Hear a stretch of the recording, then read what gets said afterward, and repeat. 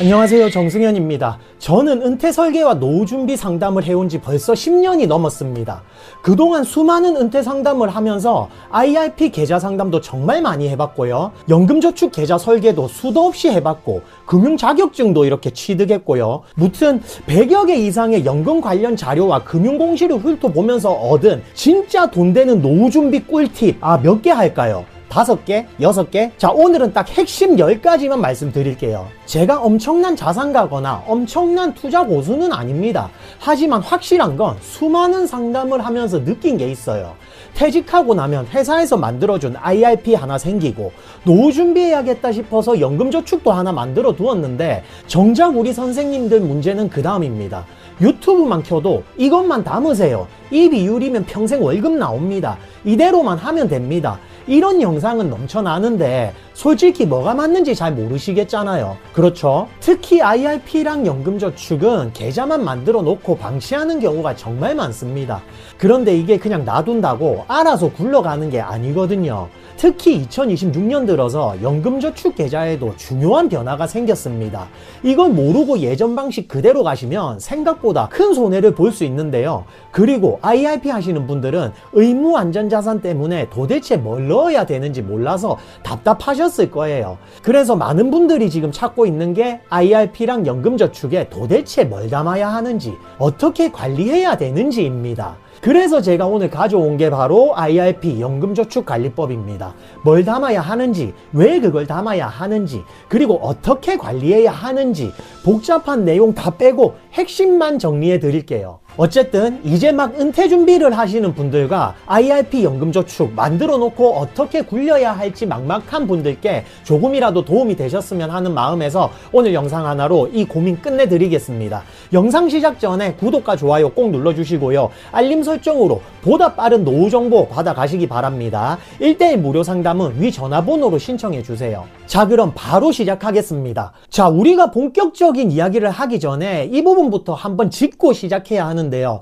우리가 왜 이렇게 이 연금저축에 목숨 걸어야 하는지, 이게 장기적으로 부를 쌓는데 얼마나 강력한 무기인지 한번 체크하고 가겠습니다. 자, 일반 계좌로 주식이나 ETF를 투자하면 세금이 어떻게 붙는지 혹시 아시나요? 배당금을 받으면 15.4%가 배당소득세로 바로 떼이고, 해외 ETF 팔아서 수익 나면 양도세 22%를 세금으로 내야 합니다. 그러니까 100만 원을 벌어도 실제로 손해 지는 건 한 78만 원 정도예요. 그런데 연금 계좌는요, 지금 당장은 세금을 안 냅니다. 주식이나 ETF로 수익이 나도 그때그때 세금을 안 떼고 계좌 안에 그대로 쌓아둘 수 있어요. 그리고 나중에 55세 이후에 연금을 개시하면 그때 세금을 냅니다. 그것도 연금으로 나눠 받으면 보통 3.3%에서 5.5% 수준입니다. 나이에 따라 조금 달라질 수 있어요.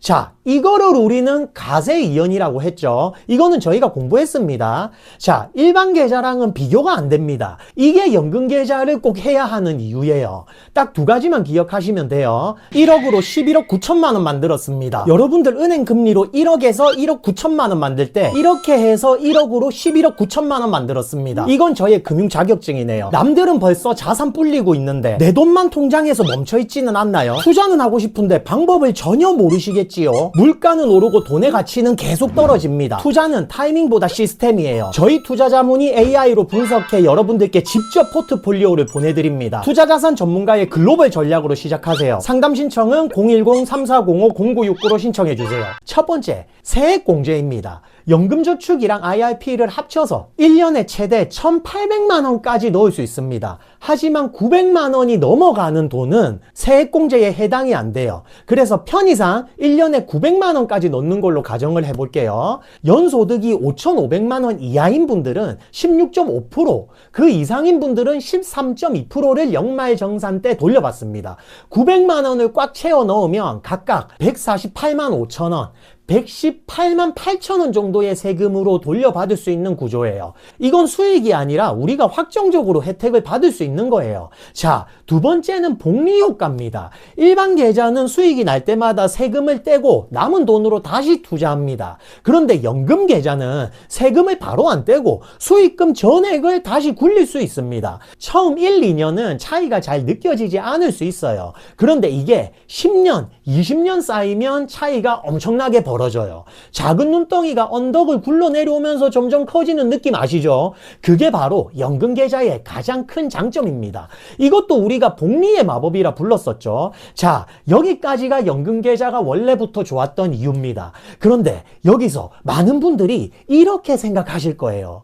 이거 그 2025년에 이중과세 논란이 있었던 바로 그 통장 아니에요? 맞습니다. 작년에 엄청 핫했죠. 그래서 우리가 지금부터 이거를 같이 공부하고 갈 거예요. 왜 2025년부터 연금저축 메리트가 줄었다라는 말이 나왔는지, 그리고 2026년에는 어떻게 변화하려는지 그 흐름을 아주 쉽게 정리해 볼게요. 자, 아시는 분들은 아실 텐데요. 작년 2025년에 연금계좌 때문에 엄청 시끄러웠습니다. 많은 사람들이 연금저축에 대해 실망하고 이럴 거면 연금저축 안 들었지 그랬었습니다. 그 이유부터 아주 쉽게 정리해 볼게요. 결론부터 말하자면 이중과세 이슈였는데요. 2025년 왜 이중과세 논란이 나왔을까 보니까요. 원래 연금저축은 해외 ETF를 담기 굉장히 좋은 통장이었습니다. 특히 미국 배당 ETF죠. 예전에는 이 배당금이 들어올 때 미국 현지에서 세금 15%를 떼고 미국에서 이미 다 정산한 후에 배당금 원금이 그대로 연금저축에 들어왔었어요. 정확히 얘기하면 외국 납부세액 성급 제도라고 해서 이게 미국에서 뗀 세금을 국세청에서 메꿔줬었는데요. 이건 일단 또 얘기하면 길어지니까 따로 다루도록 하고요. 그것 때문에 우리는 배당금 원금 그대로 다 받을 수 있었고 그 배당금이 그대로 재투자돼서 복리를 노리는 구조가 가능했습니다. 그런데 2025년 초부터 이게 바뀝니다. 미국 배당 ETF에서 나오는 배당금에 대해 15%를 미국에서 원래대로 세금을 떼고 우리 국세청에서는 이걸 이제 안 메꿔주는 거예요. 그리고 나중에 연금 수령할 때 가세 이연된 3%에서 5%의 세금이 또 빠지게 되는 겁니다. 그래서 이게 이중과세라는 얘기가 나왔어요. 자, 헷갈리는 분들을 위해 잠깐 예를 한번 들어볼게요. 간단합니다. 자, 우리가 배당금 100만 원을 받으면 연금 계좌에 그대로 100만 원이 들어왔는데 2025년 이후부터는 배당금 100만 원에서 85만 원만 연금 계좌에 입금되는 거죠. 그러고 연금 받을 때 또 3에서 5% 정도 가세 이연된 세금이 빠진다는 겁니다. 그래서 이걸 보고 많은 분들이 이렇게 느낀 겁니다. 연금 계좌인데 왜 세금을 떼지? 이거 연금 수령할 때 3.3% 떼면 이중과세 아니야? 뭐야? 그럼 이거 더 손해네. 이게 작년에 큰 이슈였어요. 그런데 또 정부가 가만히 있지 않습니다. 그래서 2026년에 나오는 핵심 보완책이 바로 크레딧 제도예요. 크레딧 제도. 또 뭔가 쉽죠? 이게 바로 외국 납부세액 공제예요. 개념은 생각보다 단순합니다. 미국에서 이미 원천 징수된 금액을 그냥 날려버리지 않고 나중에 연금 받을 때 한국에서 낼 세금에서 일부를 빼주자. 이겁니다. 이걸 크레딧처럼 쌓아둔다고 보시면 돼요. 예를 들어 볼게요. 미국에서 배당금이 1,000만 원이 들어왔다고 가정해 볼게요. 미국에서 15%인 150만 원을 여전히 먼저 떼요. 그래서 연금저축에는 850만 원만 들어옵니다. 여기까지는 2025년이랑 똑같죠. 그런데 2026년부터는요. 이 150만 원 중에서 55.2% 대략 83만 원 정도의 세금을 크레딧으로 쌓아둡니다. 그리고 나중에 55세 이후에 연금으로 받을 때 내야 할 연금소득세를 이 크레딧에서 차감해 주는 구조예요. 55세 이후에 매년 1,000만 원씩 연금을 인출한다고 할 때 연금소득세 5.5% 기준으로 약 1년에 55만 원을 세금으로 내야 하지만 쌓아둔 크레딧에서 55만 원이 빠져나가니까 그 해에 내야 할 세금이 없어지는 거고 크레딧이 다 소진될 때까지 계속 공제를 받는 겁니다. 2025년에 너무 불리했었던 구조를 그냥 방치하지 않고 이중으로 손해보는 구조를 절반 정도로 완화해 주는 거죠. 이 정도로 이해하시면 충분합니다. 적용 시점도 중요합니다. 2025년 1월 이후 발생한 배당부터 크레딧이 쌓이기 시작하고요. 2026년 7월 이후에 연금을 인출할 때부터 실제로 이 공제를 받을 수 있습니다. 그래서 2026년 7월 이전에 연금을 미리 당겨서 받으면 이 혜택을 못 받습니다. 그러니까 우리는 2026년 7월 이후로 연금을 개시하도록 하면 돼요. 자, 여기서 같이 알아두면 좋은 2026년 연금 변화 두 가지 짧게 말씀드리고 갈게요. 첫 번째는 종신형 연금 세율. 2026년부터는 연금을 종신형으로 받고 연간 1,500만원 연금 인출 시 원청 진수 세율이 기존 4.4%에서 약 3.3% 수준으로 안내되고 있습니다. 두 번째, IRP 퇴직연금 수령 혜택.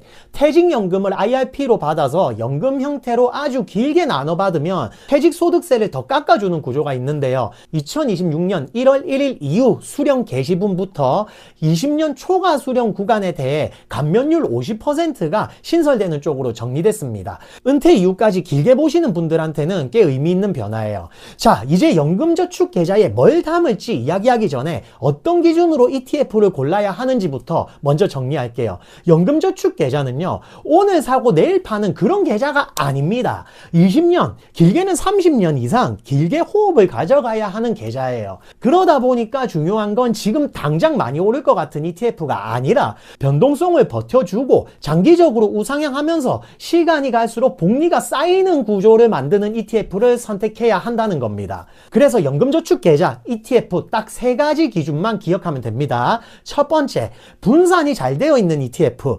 연금계좌에서는 개별 나무 하나를 고르는 게 아니라 가수원 전체를 사야 합니다. 개별 기업은요, 아무리 잘 나가다가도 중간에 망할 수가 있어요. 그런데 이 지수 ETF는 다릅니다. 잘 나가는 기업은 새로 편입되고 못 나가는 기업은 자연스레 빠지면서 계속 우량 기업들로만 남는 구조가 짜여 있어요. 그래서 S&P 500, 나스닥 100 같은 지수형 ETF가 연금 계좌의 뼈대가 되는 거죠. 두 번째, 총 수수료가 낮은 ETF. 두 번째 기준은 수수료입니다. 이건 정말 가소평가되는데 연금저축 계좌에서는 특히 중요해요.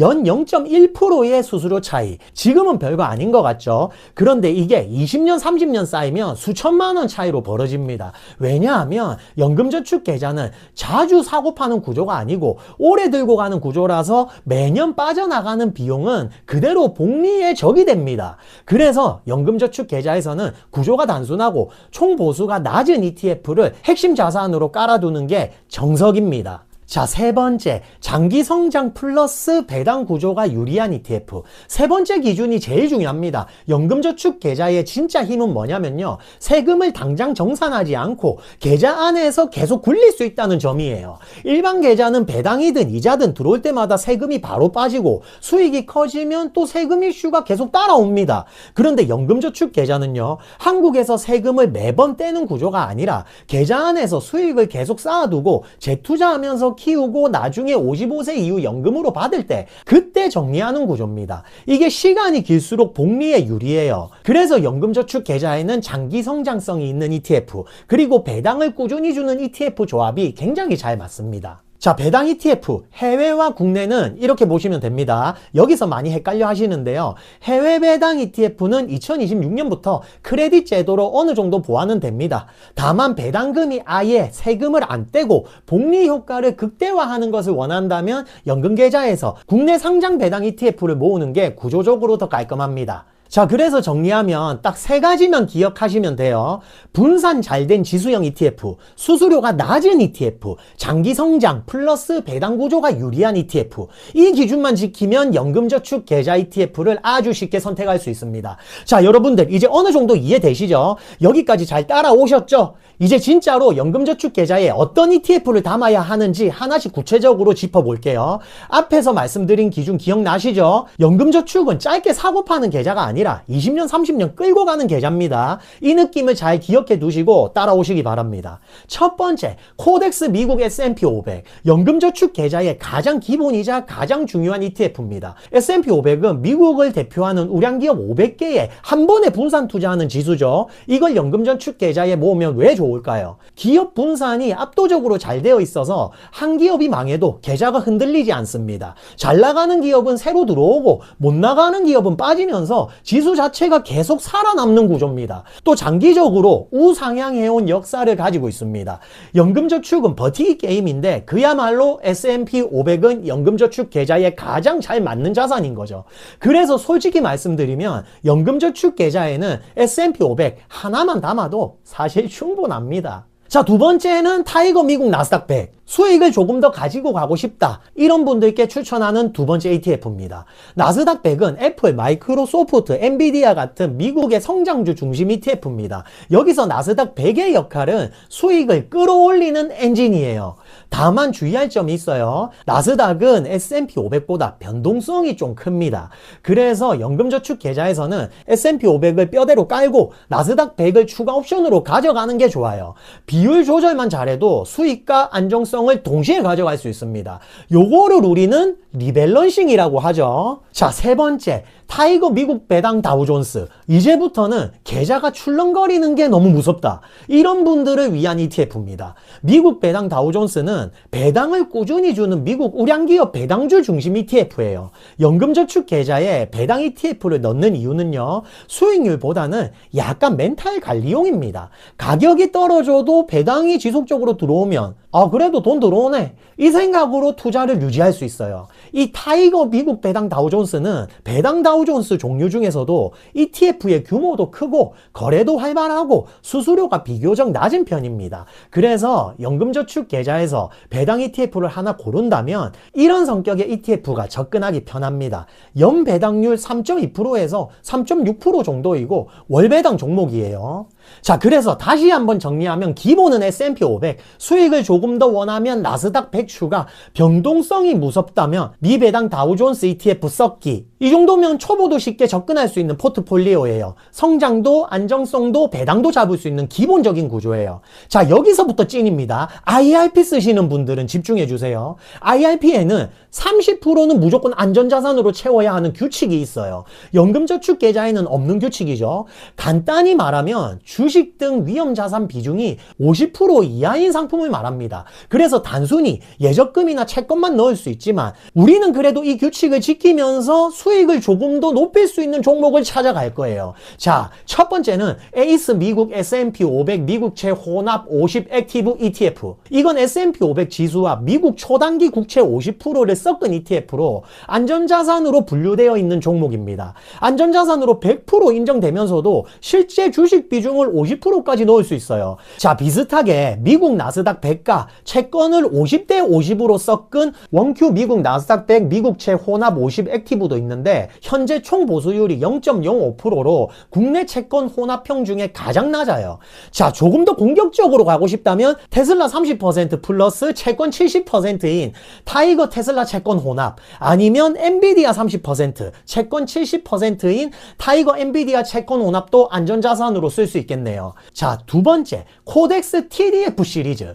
TDF는 타겟 데이트 펀드로, 이게 뭐냐면 나이에 따라 자동으로 투자 비율을 바꿔주는 ETF예요. 젊을 때는 주식 80% 플러스 채권 20%, 은퇴에 가까워지면서 주식 30% 채권 70% 이런 식으로 알아서 조절을 해줍니다. 그리고 이 ETF도 역시 안전자산으로 인정이 돼요. TDF 2030, 2045, 2060 이 ETF 뒤에 붙는 숫자들은 투자자가 목표로 하는 은퇴 시점을 말합니다. 일반적으로 출생연도 플러스 60의 숫자 ETF를 고르면 됩니다. 예를 들어 1970년생이라면 1970 플러스 60은 2030이지요. 그러면 숫자를 찾아서 TDF 2030 ETF 이런 식이죠. 이래서 나이에 맞게 TDF를 가져가시면 됩니다. 자, 정리하자면요, IRP 안전자산 30% 포트에는 예적금 채권 ETF도 좋지만 채권 혼합형이나 TDF를 넣는 게 어느 정도 규칙을 지키면서도 우리가 수익을 더 높일 수 있는 최고의 전략이에요.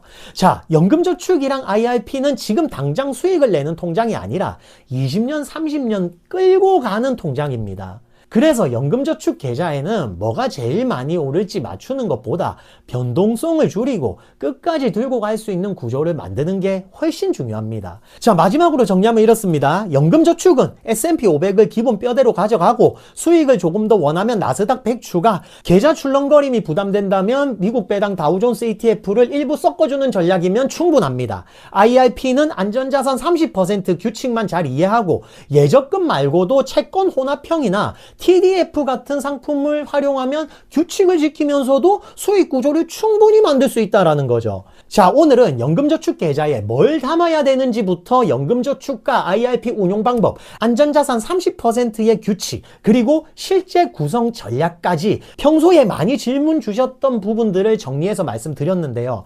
영상이 도움이 되셨다면 구독과 좋아요 꼭 눌러주시고요. 알림 설정으로 보다 빠른 투자 노후 정보 받아가시기 바랍니다. 1:1 무료 상담은 위 전화번호로 신청해 주시고요. 아래 고정 댓글에 1억으로 3억 5천 만드는 방법 링크 넣어 놓을게요. 많이 도움 되실 거예요. 여러분들의 성공적인 절세 투자를 기원합니다. 감사합니다.